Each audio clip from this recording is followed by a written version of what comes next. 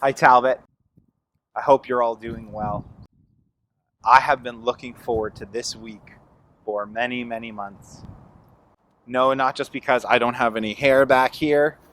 Robin did a great job on my haircut yesterday, but because I'm outside in a t-shirt, and when I look around, I see green.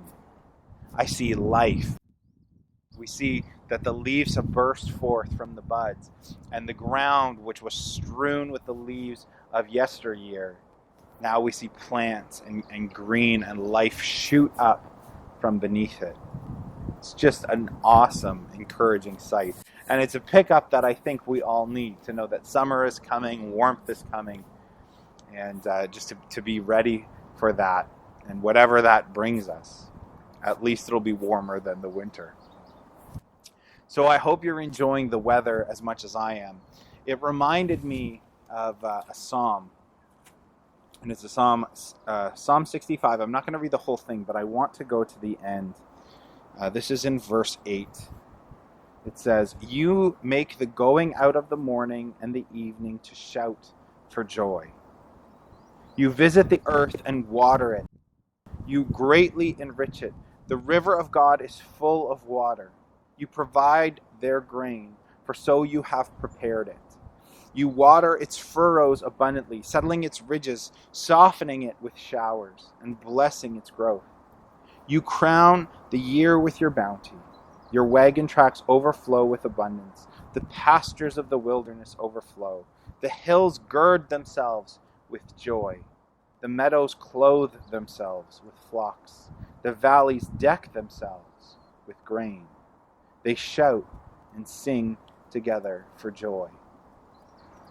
The psalmist describes the bounty of creation, the flocks in the meadows, the grain growing up in the valleys, the growth of life all over creation, in every corner of it, for the benefit of every nation.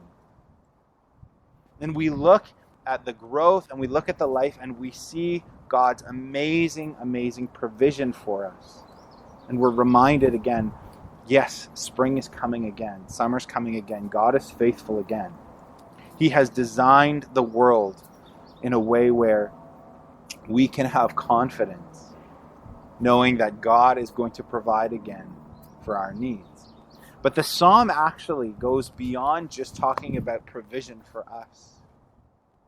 Because as we see the trees grow, the plants grow, the grain grow, the flocks and the animals feed and grow, they're not just doing it for us.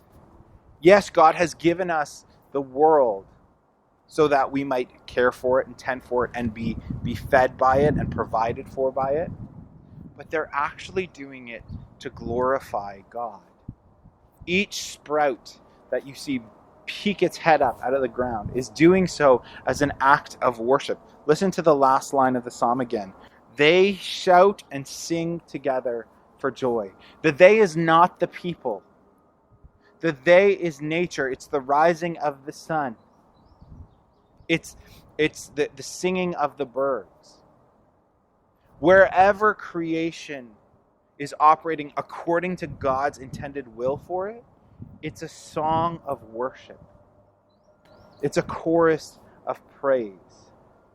As we look around, we see nature lifting up its song to its creator, honoring God who gives it life.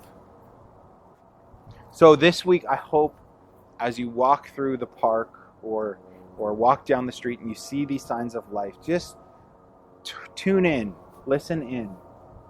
Remember that this is all a glorious symphony dedicated to bringing God our Father glory. God bless you. Have a wonderful week. We'll see you on Sunday.